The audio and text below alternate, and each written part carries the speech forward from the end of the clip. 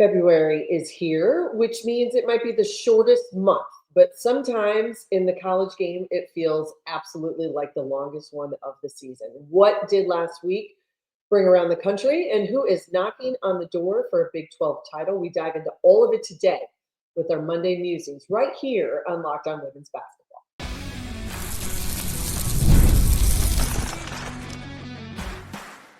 You are Locked On Women's Basketball, your daily podcast on women's basketball. Part of the Locked On Podcast Network, your team every day.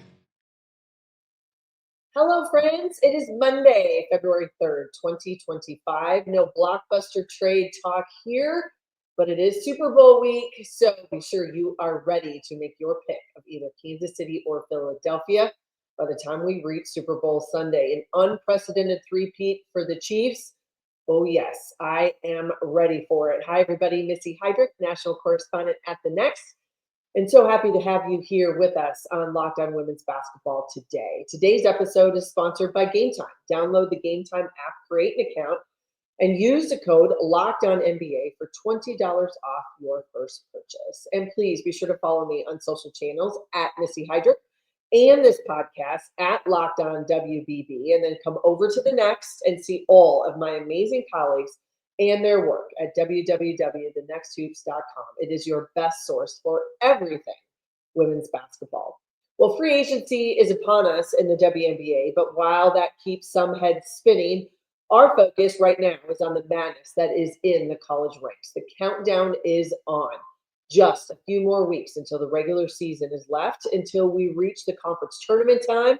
And then you got it. We are at Selection Sunday and the 2025 NCAA Tournament. The very best time of the year, no doubt about it. What stood out in the last week or so across the country?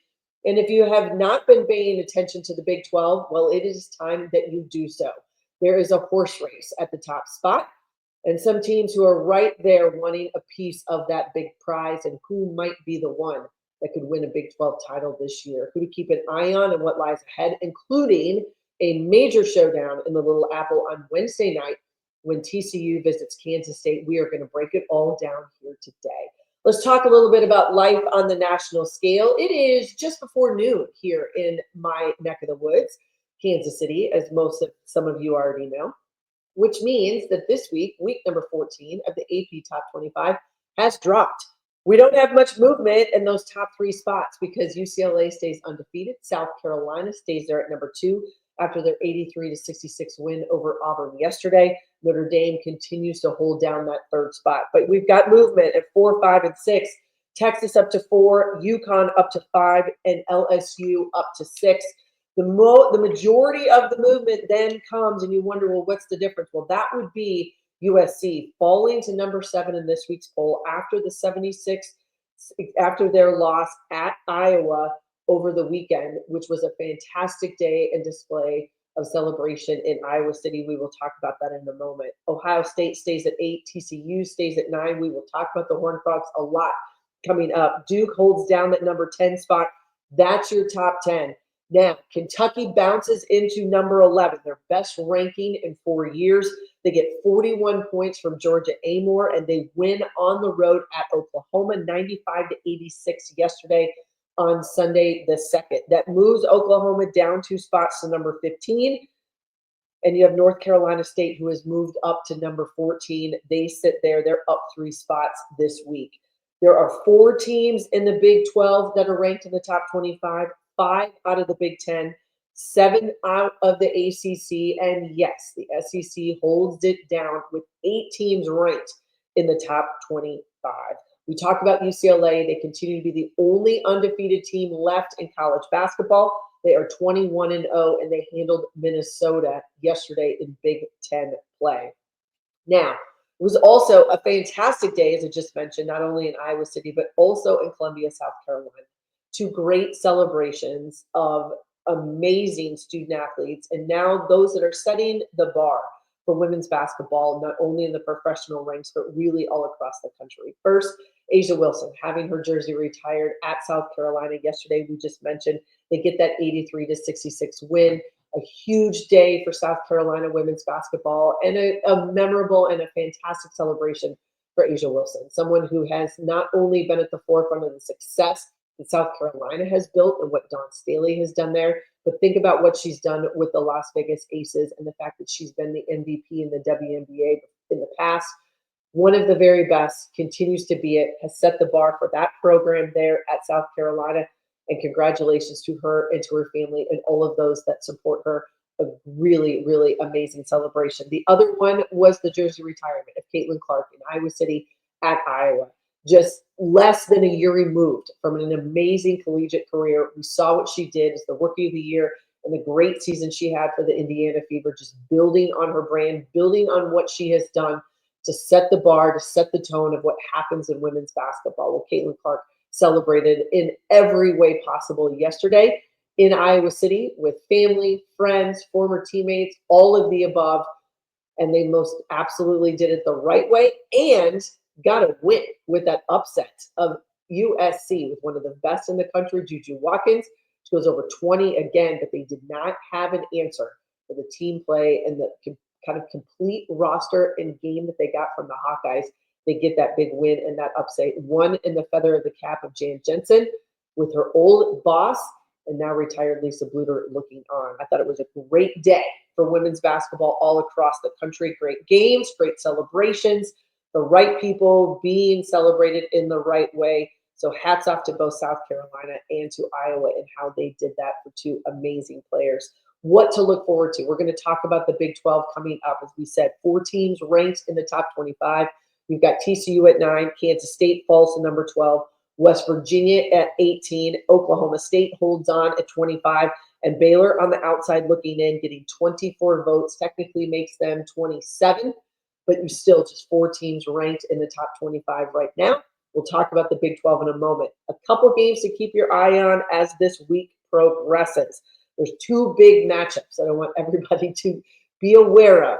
You're going to hear a lot of talk about these. You've got UConn versus Tennessee. That's number 5 at versus Tennessee, which is number 19. And then the one that I think a lot of people are going to have circled coming up towards the weekend, South Carolina versus Texas, number 2 versus number 4. The first time that Texas will venture and have to play South Carolina as an SEC team.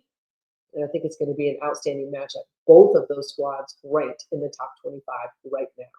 All right, when we come back, we're going to dive into all things into the Big 12, things you got to know, things you got to see, and what is drawing our attention.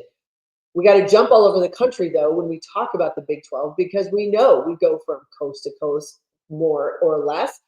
Big-time players and big-time games in the month of February have been on display. Well, if you are looking for tickets to your next big event, whether it's a concert, comedy show, sports game, finding the right ticket at the right price can be a headache. But with Game Time Picks, it's never been easier. Let me tell you how it works.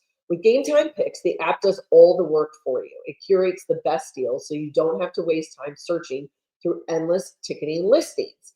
People have been using Game Time Picks for a while now, and here's why they love it. The curated deals make it super simple to find great tickets at a great price. No more sifting through the thousands of options. They recently grabbed a super deal for a prime seat and couldn't believe the value. It was a steal. The seat view feature is a game changer for everyone. Before you even hit buy, you can see exactly where your seat will look like in the venue. It's super reassuring. And the best part, you're covered with Game Time's lowest price guarantee. If you find a better deal somewhere else, they'll refund 110% of the difference. Plus, your tickets are guaranteed to be delivered on time with easy cancellation options if something comes up for you. So take the guesswork out of buying tickets with Game Time. Download the Game Time app, create an account, and use the code LOCKEDONNBA for $20 off your first purchase. Terms apply. Again, create an account and redeem the code LOCKEDNONNBA for $20 off. Download the Game Time app today. Last minute tickets, lowest price guaranteed.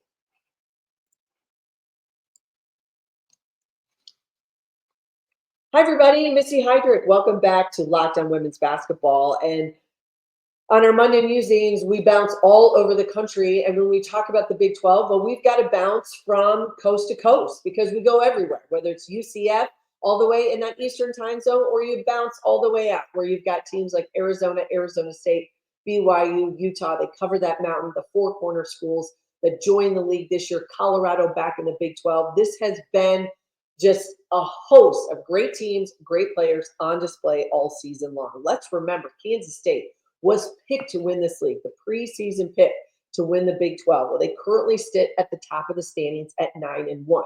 Now, I feel better because there was a time there I have said multiple times over the course of this year that I said no one is going to win the Big 12 undefeated. It was looking a little dicey there simply because of how well this Kansas State squad has played. They continue to play at an incredibly high level. We'll talk about the Wildcats. We'll talk about TCU. Both have sit 9-1, and they face off on Wednesday the 5th. We're going to talk about that in just a few moments. But let's look at this league as a whole. Again, knowing how difficult it is to be able to win on the road, to be able to hold home court, how the schedule has been set up for the Big 12. Let's remember, you play 3 teams home and home. You play 6 other teams just on the road, and you play 6 other teams just at home. So you're going to get rematches, and not all of them are the same. That's why the schedule looks the way it does, and it's challenging for everyone. How it sets up, whom you have to play twice, that is going to be luck of the draw, how they have set this up with rivalries and such. And so it changes things. Now, a lot of people said West Virginia, a great schedule if you are looking to put yourself in a position to be able to win a Big 12 title. I think West Virginia absolutely has put themselves in that space. But right now, Kansas State and TCU both 9-1 in league play. Next is Baylor at 8-2. You've got Oklahoma State at 8-3, and then West Virginia and Utah at 7-3. Excuse me. I think that is that upper echelon of the league. Where it all filters from there, still to be determined. A lot of basketball left to be played. The second section, Colorado 6-4, Iowa State at 6-5. We'll talk about the Cyclones. Arizona 5-5, Cincinnati 5-5. Then we get to teams who are below 500. Kansas at 4-7, Texas Tech at 3-8, BYU at 2-8, Arizona State at 2-9, and then UCF at 1-9, and Houston at 1-10. They have won at least one league game. No one is going to go over this season in the Big 12, and no one is going to go undefeated. That just talks to you about the caliber of what we see in this league. You look at the numbers in conference games. TCU with the top scoring offense, 77.7 points a game. The Cyclones, Iowa State just behind them at 77 a game. Baylor at just 77, and Kansas State in conference play, 76.4 points a game. But then you turn to the other side of the ball. Who's able to defend? Who's able to shut you down? Well, as no shock, West Virginia.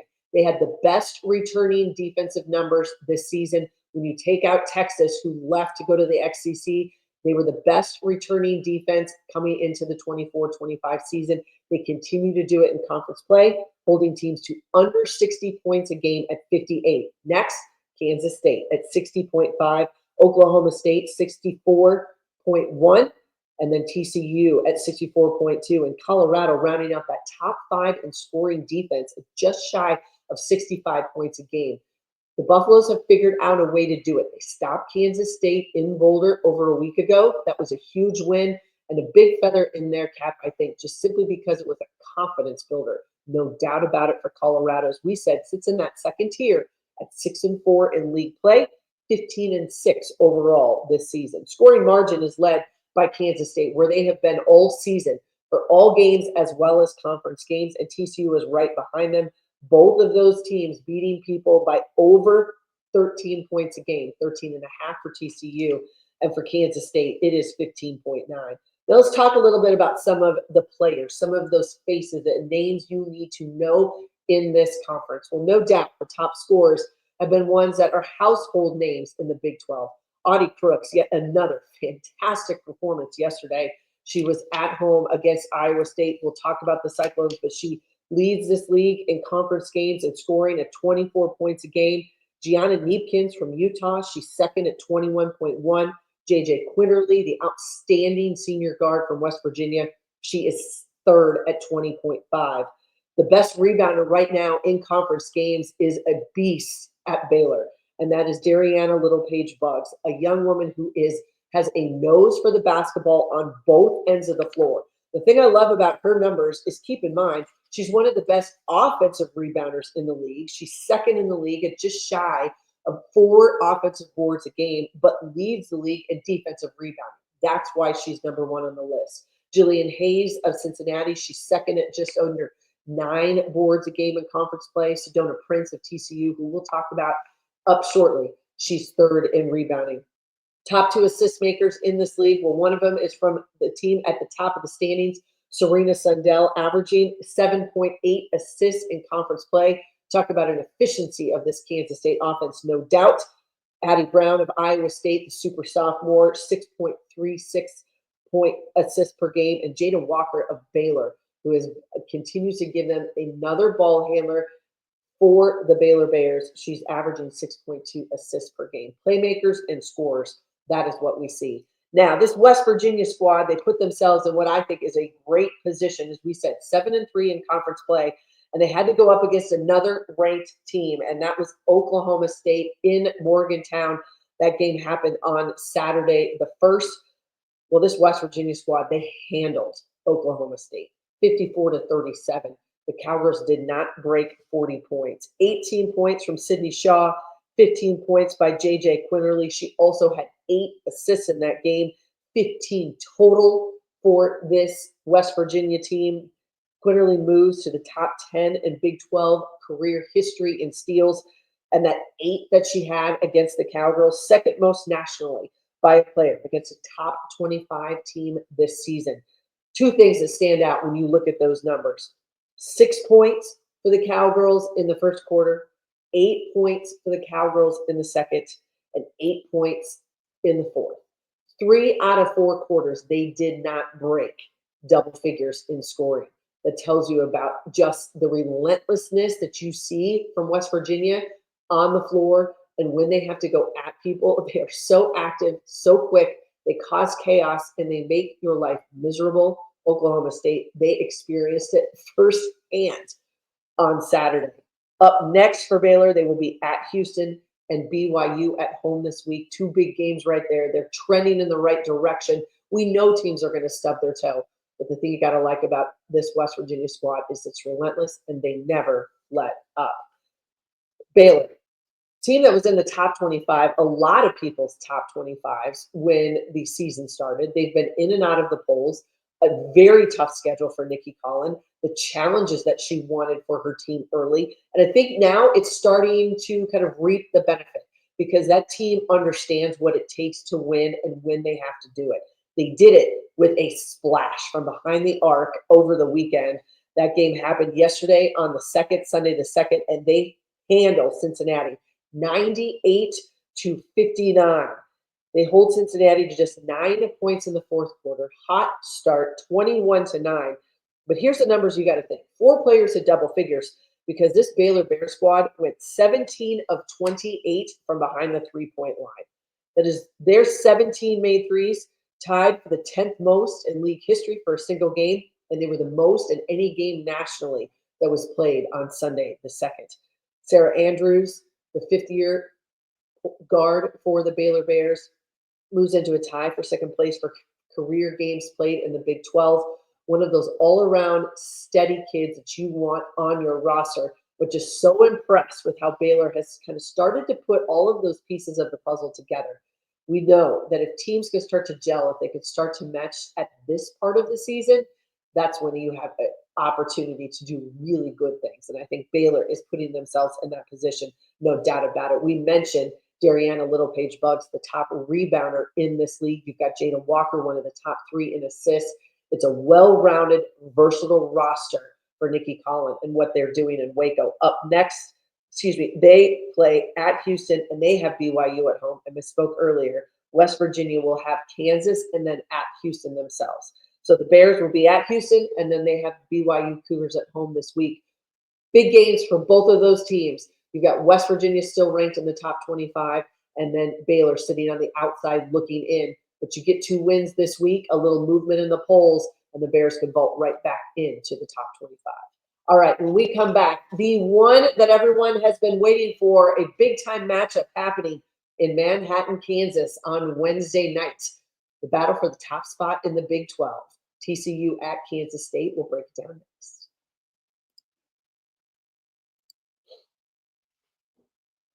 Well, a message from our friends at Prize Picks. Basketball season is heating up, so there is no better way to get into the action than with Prize Picks, the best place for daily fantasy sports. With over 10 million members and billions in awarded winnings, Prize Picks make it easy and fun to turn your sports knowledge into real money. Here's how it works. You just pick more or less on at least 2 player projections, and if you're right, you could win up to 1,000 times your cash. So let's say you're looking at the board and you select a more for Jason Tatum on points. Or maybe you are very interested to see how Luka Doncic is going to mesh into life as a Los Angeles Laker and playing with LeBron James. Look at those. The best part, Prize Picks keeps it simple. You can set your lineup in less than 60 seconds, and their fast, secure withdrawals mean you get to get paid quickly when you win. Plus, their Taco Tuesday promo gives you discounted player projections with even more value. So check out the promo tabs to tail any of the super sweet winner big game lineups. If you tail a lineup that goes 3 for 3, you can win a split of $1 million in promo funds. How cool is that? So download the app today and use the code LOCKEDONNBA to get $50 instantly after you play your first $5 lineup. That's code is LOCKEDONNBA, all uppercase, for $50 instantly after you play your first $5 lineup. Prize Picks, run your game. Hi, everybody. Missy Heidrick. Welcome back to Locked On Women's Basketball. Well, this one is the matchup I think everyone has been waiting for in Big 12 country and really all across the country, simply because we're going to get a match with 2 top 15 teams. Number 9, TCU, is going to have to get back on the road and travel yet again, but they are headed to Manhattan, Kansas on Wednesday, February 5th to take on number 12, Kansas State. Let's talk about the Horned Frogs first. A huge matchup for them was yesterday, Sunday the 2nd. They had to go to Iowa State. We know playing at Hilton Coliseum, one of the toughest places to play across the country. Fanatic fans, a wonderful women's basketball environment, and they were given a great showing yesterday. But the TCU gets out of Ames with an 82-69 win. And one of the biggest factors I see in all of this, there's 2 numbers you got to keep track of. Number 1, Iowa State, major games from Addie Brown and Audie Crooks. They're 2 super sophomores. 31 points, 5 assists, just 1 turnover from Addie Brown. That was a career high for her for 31. Audie Crooks goes 12 of 26 from the field, 5 of 7 from the free throw line, 29 points and 6 boards. But they were the only Cyclones to hit double figures. That's where the disparity is. Better balance on the flip side of that stat sheet for TCU, where they had 4 players hit double figures. And Sedona Prince, second top 3 scorer in this league and has been one of the very best all season long, did not score. You hear me right. She went 0 for 2 from the field. She had 1 rebound, 3 assists, did not score, and had 5 fouls. So the foul trouble and the less than 19 minutes on the floor, not scoring, but yet TCU able to find a way to do it. Well, they did it behind the 3-point line. They go 12 of 26. We always think of the Cyclones as the team that is going to light you up from behind the 3-point line. Just 5 of 9 for the Cyclones on the day. But it was the 12 of 26. Great ball movement, great spacing by this TCU squad, and they get themselves a W. They outscored the Cyclones 45-29 in the second half. It's their 3rd win over a preseason AP top 10 team this season. The Cyclones were ranked in the top 25 when the year went on. It was their 1st win over Iowa State in 5 years. And that goes back to a home victory over the Cyclones back in 2020. And they have now won 6 of their last 8 Big 12 road games. Their next challenge will be yet another road game. It was 28 points, 11 of 21 from the field for Haley Van Lith. She also had 8 assists and just 1 turnover. Now, this Kansas State team that will be hosting TCU on Wednesday, They look different than they did a couple weeks ago. That is because they are without the services of their All-American center, 6'6" Ioka Lee. She was going to miss significant amount of time with yet another ankle injury. She had surgery. She is on the road to recovery. Her return is still to be determined. Most definitely will not be available for the showdown against TCU on Wednesday. But that has not been a let-up for Kansas State. They lost to Colorado about a week ago. Then they were able to handle business at home, winning in overtime over Iowa State last Thursday. And then they go on the road for the first of two matchups against their in-state rival Kansas, and they just obliterated the Jayhawks in Lawrence, 91-64. A big piece of that is their defense, and that's where this Kansas State team has hung their hat all season. But you cannot look away from the stat sheet to know how well they scored the basketball. Shot just shy of 60% for the game, and they went 65% from behind the three-point line. 15 of 23 for the Wildcats from behind the three-point line. They out-rebounded Kansas 32-23. Excuse me, caused 18 turnovers with that defense and held the top scorer for the Jayhawks and sophomore Samaya Nichols, one of the best, I think, in the Big 12, to just 9 points on 2 of 5. She went 5 of 7 from the free throw line, but those touches and her inability to be able to create for herself and for her teammates yesterday, I think that was one of the biggest difference makers. This Kansas State team just has balanced up and down. And it now, without Lee, they play different. They play faster. They are going to get out and run. There's more three-point shots going up than there had been just a couple weeks ago. They've made that adjustment. People have stepped into that role, and they're getting big games. Now, how do you manage TCU? And I think that is the biggest question of what you're going to see on Wednesday night.